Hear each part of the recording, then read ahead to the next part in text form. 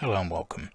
In this video we'll be taking a look at the various land-based takeoff procedures in the RAZBAM AV-8B Harrier II. So let's get into the jet. Okay, so before we roll, you'll need to set a nose wheel steering button. If you press escape, go to adjust controls and go to search and put in NWS.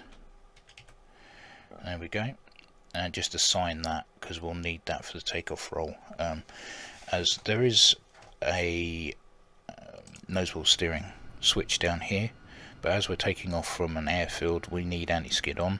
We don't use anti-skid on aircraft carriers or assault ships,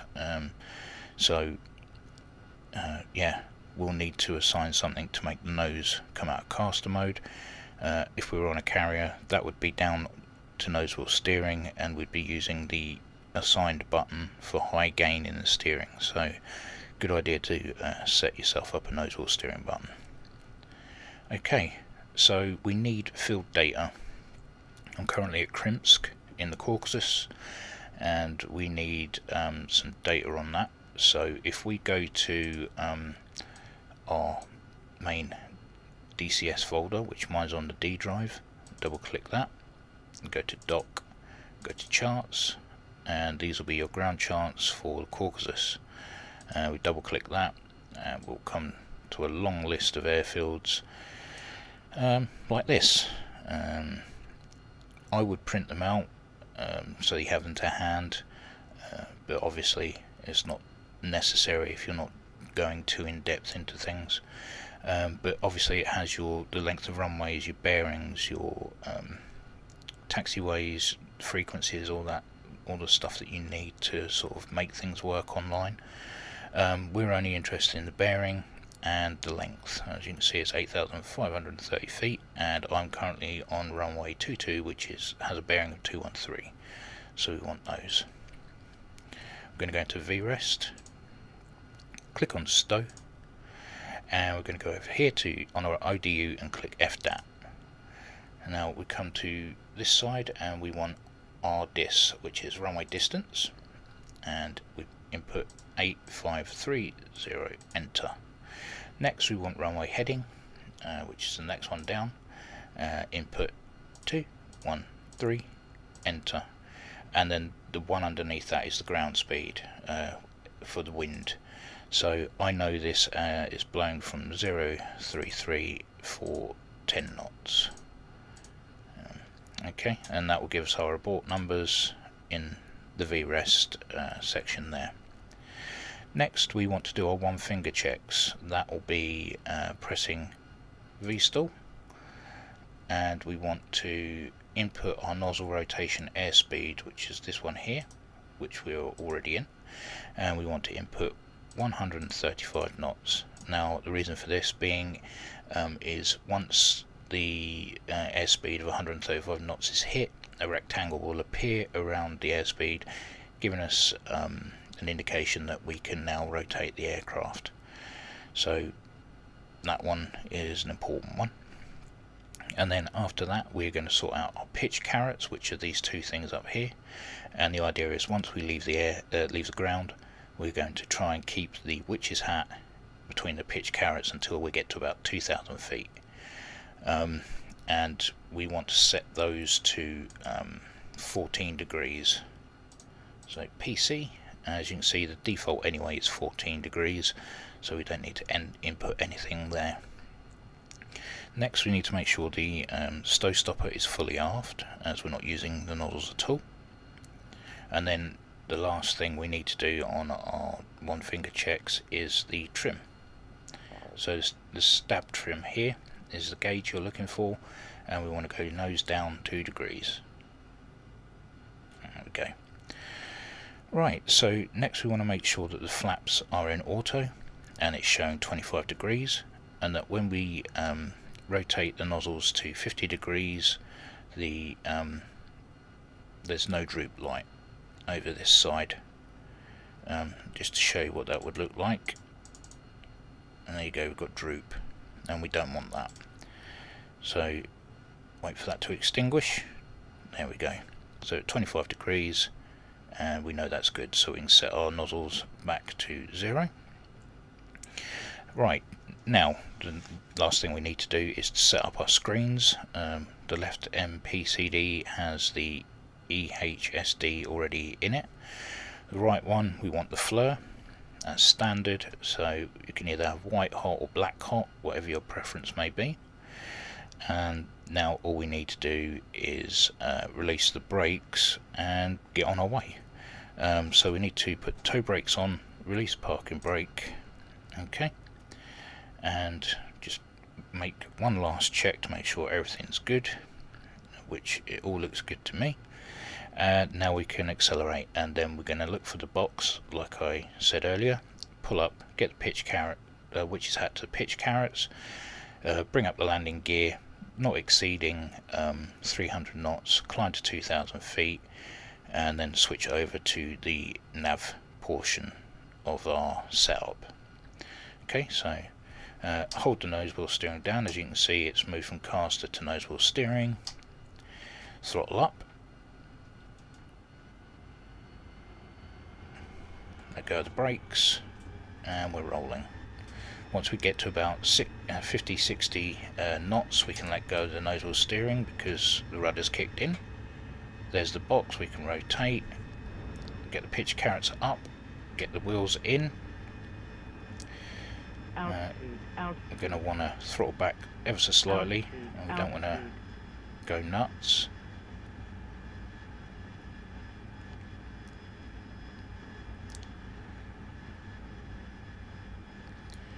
Okay, we're just going to climb.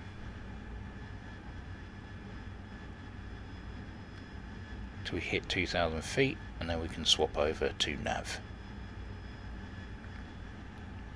Okay, so we'll level out, trim out to 0, and now we can hit nav and be on our merry way onto the mission. Okay, so over to the next one. Okay, so takeoff number 2, short takeoff. Be similar to before, but with some subtle differences. So we're going to click on VREST, short takeoff, field data, put in the runway head distance again of 8,530 feet, the runway heading 213 degrees, and then the ground wind speed is 033 for 10. Okay, so we've got that now. We've got some information here that we're going to use for our next part. So we're going to click VSTOL, and we're going to click nozzle rotation airspeed, and instead of 135 knots this time, we are going to put in 81. So 81 knots, enter that in. Now the next thing we're going to need to do is to set our pitch carrots up.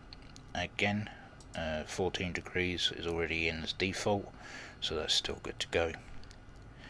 Next will be the stow stopper, and as you can see it says here 60 degrees, so we can come down to the stow stopper, advance that to 60 degrees. That way when we get to 80 knots we can rotate the nozzles all the way to the stop, and then we are good to get off the ground. We won't overcompensate and end up messing the takeoff up. Next we will set up our trim again just here, so 2 degrees nose down. Okay. Now the next thing we need to do is to sort our flaps out, and we're going to put those to short takeoff and landing. So down we go to short takeoff, the light comes on there, and we have the droop. So all that's left for us to do now is to pretty much throttle up, release the brakes, and be on our merry way. So again, toe brakes are on, release the parking brake, I'll throttle up. Once we hit 80 knots the box will appear around the airspeed, at which point I will rotate the nozzles all the way to the stop and then pull back on the stick, and we will get the witch's hat in the pitch's carrot and clean up the aircraft to 2,000 feet again like before. So let's throttle up. Nozzle steering on. Go the brakes. Okay, let go of the nozzle steering and all the way to the stop. Okay, and gear up. Now we can go up to 25 degrees on the nozzles and let that speed up slightly. And once we're over 200 knots, we will set the nozzles to 0. Okay, try and keep it in the pitch carrot. And we can set our flaps now to auto. And now we're over 2,000 feet, we can now go over to nav. Okay, so that was short takeoff. Okay, so on to takeoff number 3, the rolling vertical takeoff. Now this one is similar to the short takeoff, except that we're not going to rotate the nozzles by airspeed. We're going to go by percentage on the RPM gauge, which is here on the EDP. So airspeed is irrelevant here. Once we hit over 110% on the RPM, we will automatically rotate the nozzles. And instead of going to 60 degrees this time, we'll be going to 70. So we need to set the aircraft up. We don't need any field data, as this is a very short takeoff. So we'll go straight to VSTOL. Nozzle rotation airspeed is irrelevant again, as we're going by RPM. Pitch carrots at default 14 degrees. Over to the EDP. We need to go nose down on the stabilator by 2 degrees. So 1, 2. Next we need to move the stow stopper to 70 degrees. So that's sorted there. And now we need to go down onto flaps. We need to make sure that they go down into stall. We've got short takeoff light there, and we've got the droop. Next we're going to put the toe brakes on, take the parking brake off. Okay, so again, like I say, we're going to be watching the EDP, and we're going to look for 110%, and as soon as that hits, I will be rotating the nozzles to 70 degrees, and then we'll be taking off. So yeah, let's get it rolling. So throttle up, and toe brakes off, nose wheel steering on. Okay, and instantly down. Okay, pitch carrots, gear up. Let's pitch up to 25 degrees on the nozzles. And once we're over the over 120 knots, we can change our flaps to auto. And now we can rotate the rest of our nozzle to 0. And wait until we get to 2,000 feet. Aircraft is configured how we want it, so we can flick straight over to nav. And there we go, we can go on our mission.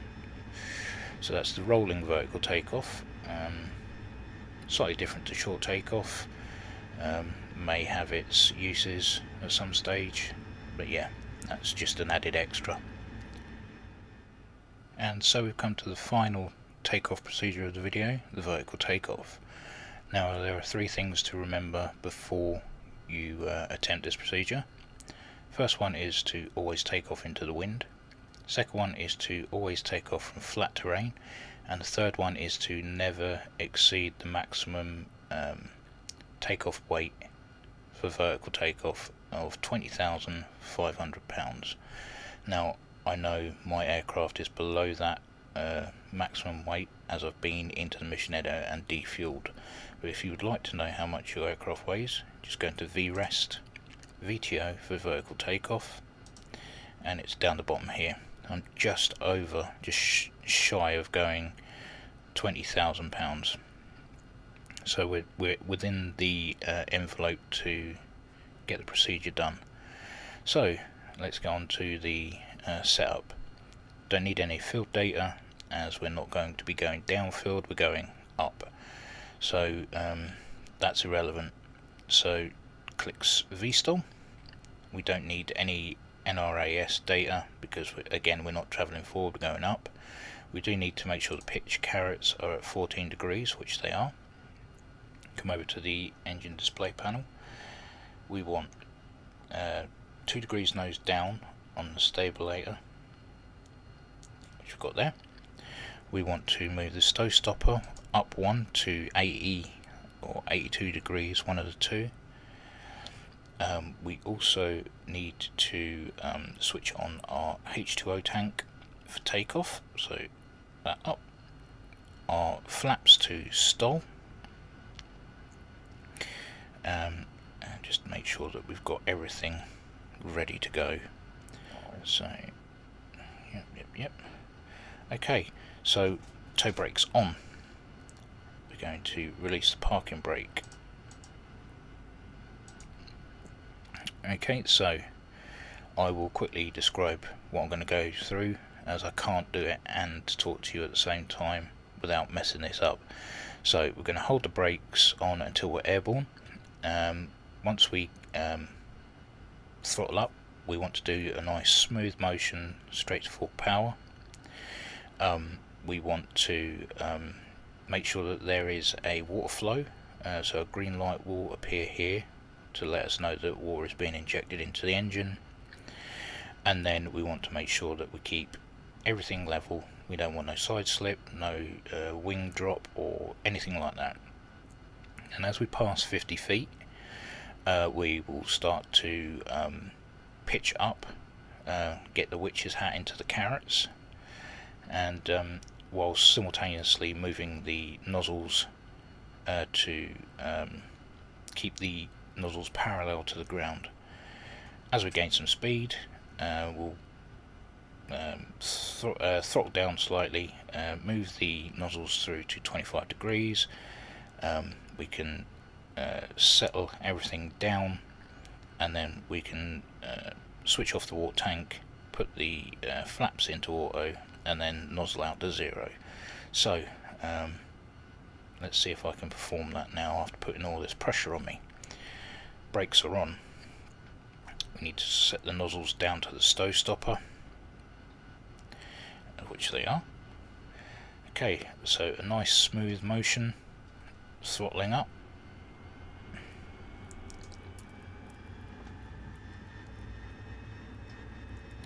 Try and keep it level.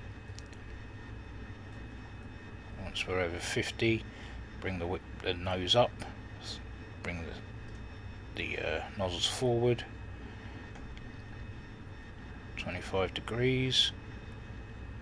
15 seconds. Gear up. 15 seconds. 50. Okay, now we're going to throttle back slightly.